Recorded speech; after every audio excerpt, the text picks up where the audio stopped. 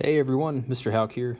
All right, in today's set of notes, we're going to be looking at factoring, completing the square, and polynomial division. Let's talk about factoring first. So, when factoring, we always want to consider factoring out a greatest common factor first. Do this always. This could be a variable, this could be just a number, it could be a variable and a number, but always consider factoring out a greatest common factor first. Afterwards, if your polynomial has two terms, try looking for a difference of squares. Difference of squares is this,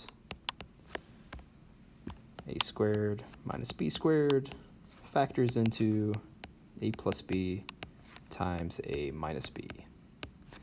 An example of this, a million different examples, but an example of difference of squares would be factoring something like x squared minus 81.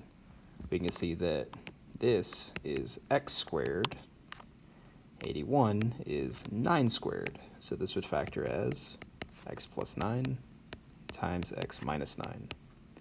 Okay, the key here, though, for difference of squares to work is it must be a difference of two squares.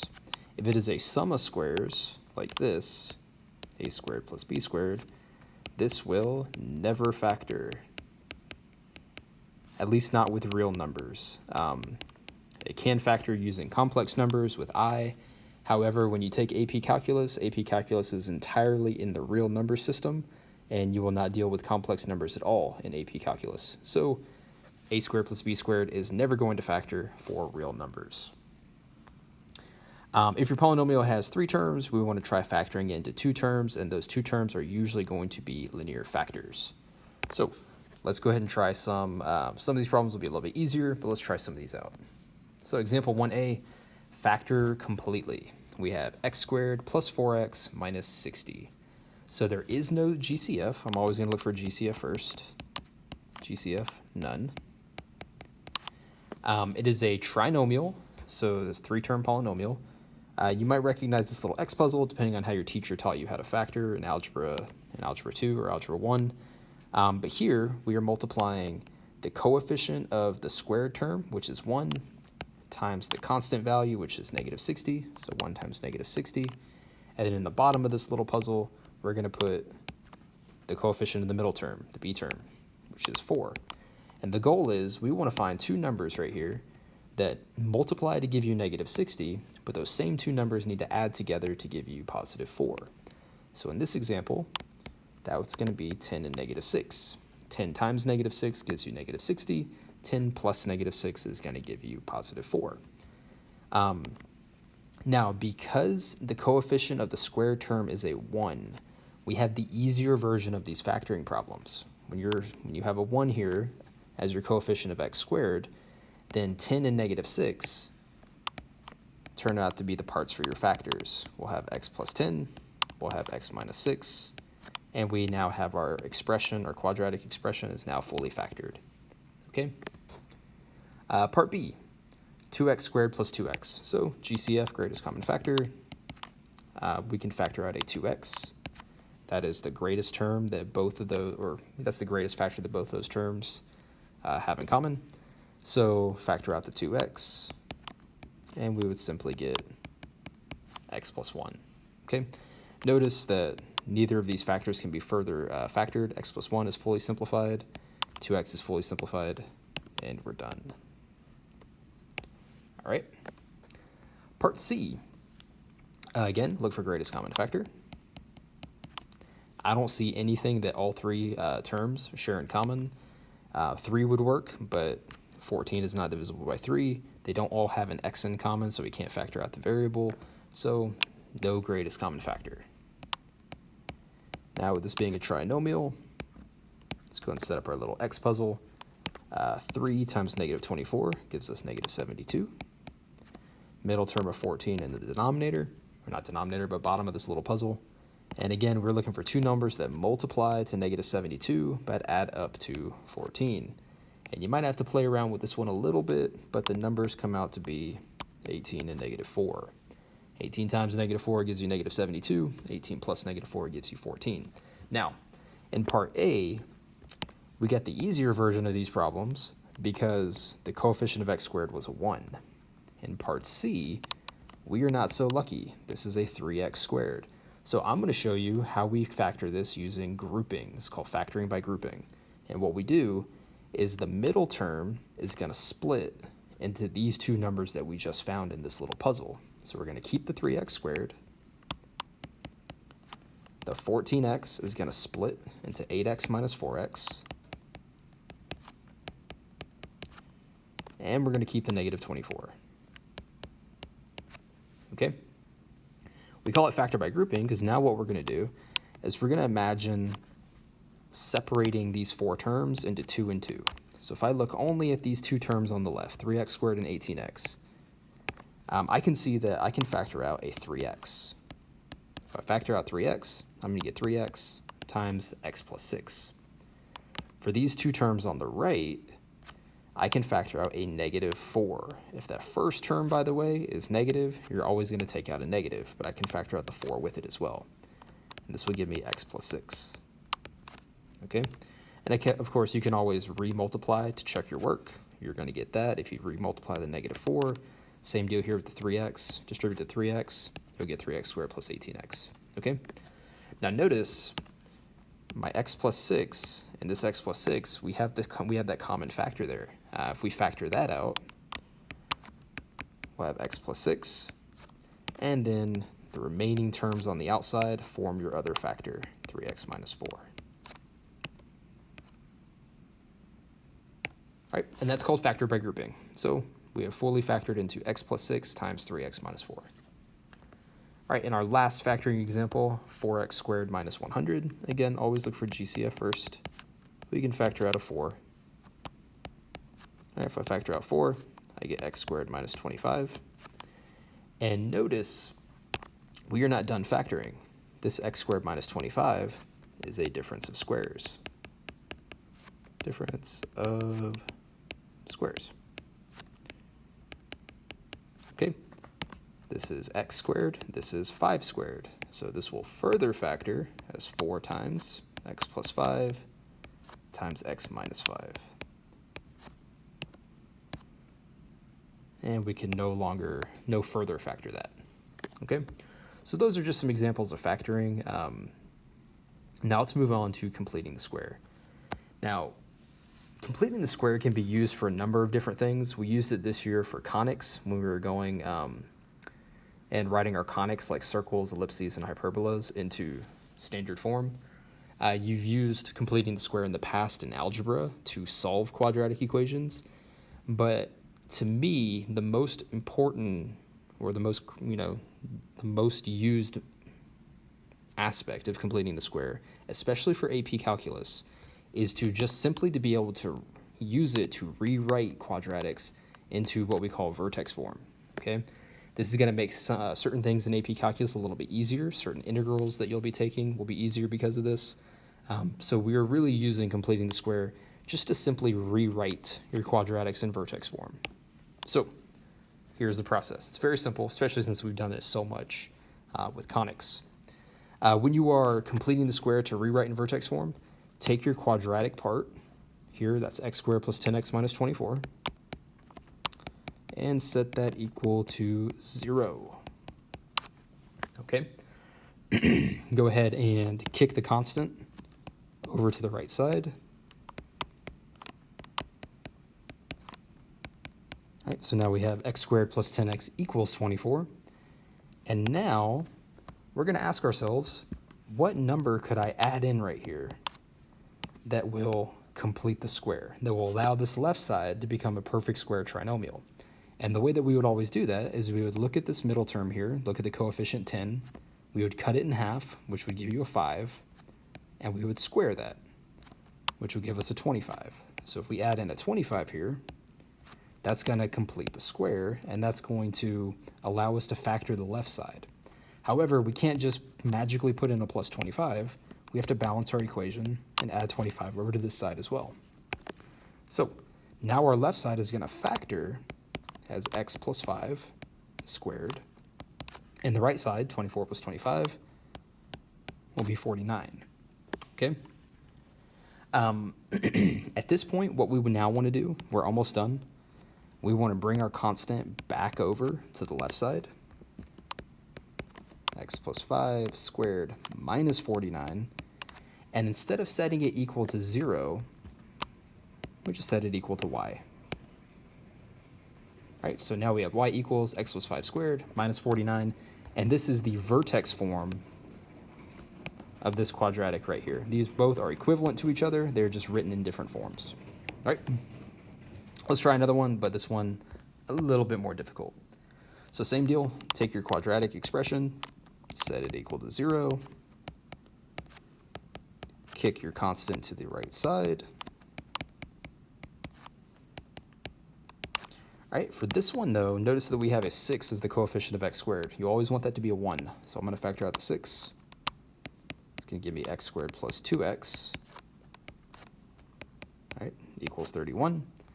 And now let's do the completing the square with this part in the parentheses. So half of 2 is going to be 1. 1 squared is still 1. And again, we can't just magically add the 1 in. We got to balance the other side. We're going to balance it with this 6 times 1. We can't just put 1 here. That would be wrong because this 1 is being multiplied by 6. So 6 times 1. All right, and that's going to leave us with factoring. That's going to become x plus 1 squared equals 37. And then move the 37 back over to the other side. And set this equal to y. Okay, so that covers completing the square. For the purpose of converting a standard form quadratic into vertex form, we have covered factoring. Now let's look at the last part of these notes, which is polynomial division. Now there are two ways that we can divide polynomials, using long division and using synthetic division. I'll show synthetic division second, and I'll talk about when you're allowed to use synthetic division because you're not always able to use it. There are some limitations to it. Long division, however, polynomial long division, you can always use polynomial long division. So I'm going to show you that method first, and that's the method that I'm going to be using for all the practice problems. Okay, I don't use synthetic division too much. You'll see why, mostly because it's pretty limited in what it can do. Okay, so polynomial long division. We are dividing 6x cubed plus 24x squared plus 11x minus 30 by x plus 3. So let's set it up as a long division problem. X plus 3 dividing into 6x cubed plus 24x squared plus 11x minus 30. All right, first thing that I want to mention, notice that we had placeholders for everything. We had an x cubed term, we had an x squared term, we had a single x, x to the first term. If we were missing one of those, let's say our problem was this, 6x cubed plus 11x minus 30. If we were missing a term like the squared term, you would still need to put it underneath your division symbol as a 0. So if we were missing, like if we didn't have an x squared term, I would still need a 0x squared. Or if I didn't have an 11x here, I would still need a placeholder for it as a 0x. Okay, so make sure that all your terms have something as a placeholder if it's not there. All right, so here's what we do. We are going to be looking at this first term right here, that's 6x cubed, and this first term right here from the x plus 3. And we're going to ask ourselves, what times x would give me 6x cubed? Well, that would be 6x squared. Okay, x times 6x squared gives me 6x cubed. So I'm going to take this 6x squared, and I'm going to multiply it by both of these terms right here. 6x squared times x is 6x cubed. Line that up underneath the x cubed term. 6x squared times 3 is 18x squared. Line that up underneath the x squared term. And then we are going to subtract. All right, notice I'm putting parentheses around this because we are subtracting all of this from the 6x cubed plus 24x squared. All right, well, 6x cubed minus 6x cubed, they cancel each other out. That should always happen with your first terms. 24x squared minus 18x squared is 6x squared. Okay, then drop down your next piece, plus 11x. Now we do this little game again. Now we're looking at this, and we're asking ourselves, what times x gives me 6x squared. Well, that would just be 6x. Okay, take your 6x, multiply it to the x and the 3. 6x times x is 6x squared. Line it up underneath the 6x squared. 6x times 3 is 18x. Line it up underneath 11x. And subtract. All right, 6x squared minus 6x squared. Cancel. You should see that happen every time. 11x minus 18x is negative 7x. Now drop down the next piece, negative 30. And let's play this game one more time. What times x gives me negative 7x? Well, that would be a negative 7. Now take your negative 7, distribute it to the x and the 3. Negative 7 times x is negative 7x. Negative 7 times 3 is negative 21. And we're going to subtract that. Negative 7x minus negative 7x, that's a double negative there, they cancel. Negative 30 minus negative 21, so really negative 30 plus 21 gives us negative 9. Okay, notice there's no more terms to drop down. That means this negative 9 is our remainder. Okay, I'm just going to go ahead and put R for remainder, negative 9. So our answer to this problem, after dividing these, our answer is 6x squared plus 6x minus 7, that piece up top. So answer, and let me actually write it over to the side here. All right, answer 6x squared plus 6x minus 7 plus, take your remainder of negative 9 over what you're dividing by, x plus 3. Negative 9 over x plus 3. All right, that is our answer. That's what we get when we perform this polynomial division right here. All right, now let's talk about the other method, synthetic division. Synthetic division is great in the scenarios that it actually works. Here's when synthetic division works. If the polynomial that you're dividing by, okay, this polynomial on the outside here, is a linear term, okay? If it's a linear piece that you're dividing by, then synthetic division will work. If it is nonlinear, if it's quadratic or anything else, if it's not linear, don't use synthetic division. It's not going to work. Use long division like we just did right here, okay? Me personally, I'm just going to go with long division every time, even with linear terms, because I like having one procedure. I don't like having to be looking at multiple procedures. Okay, so that's just me. But here's how synthetic division works if you feel like using it in the scenarios that it can be used. All right, synthetic division. So here's how it works. Synthetic division is going to be using the coefficients. So we're going to go ahead and draw this little box right here, okay?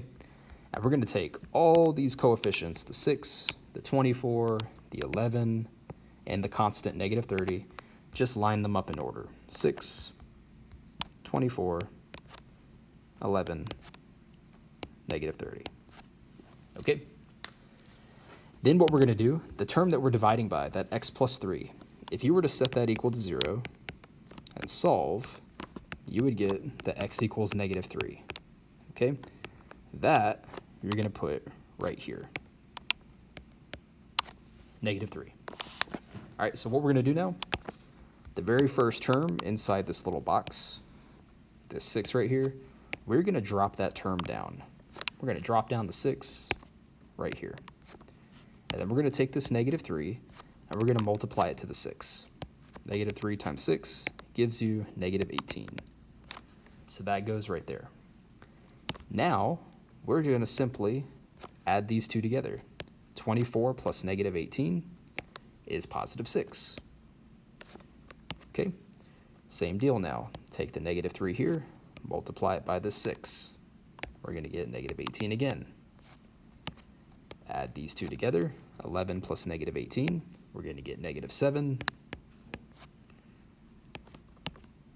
Negative 3 times negative 7, that's positive 21.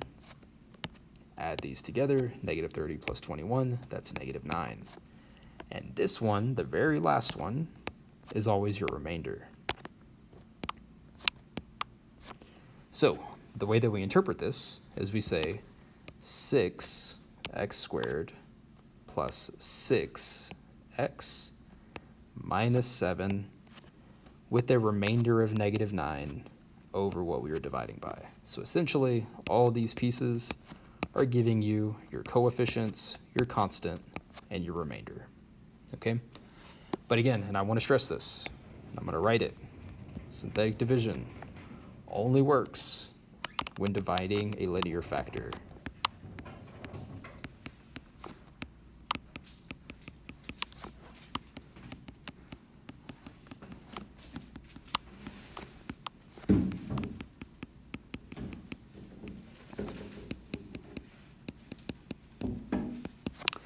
All right, y'all, that's going to be it for these notes. Have a great day.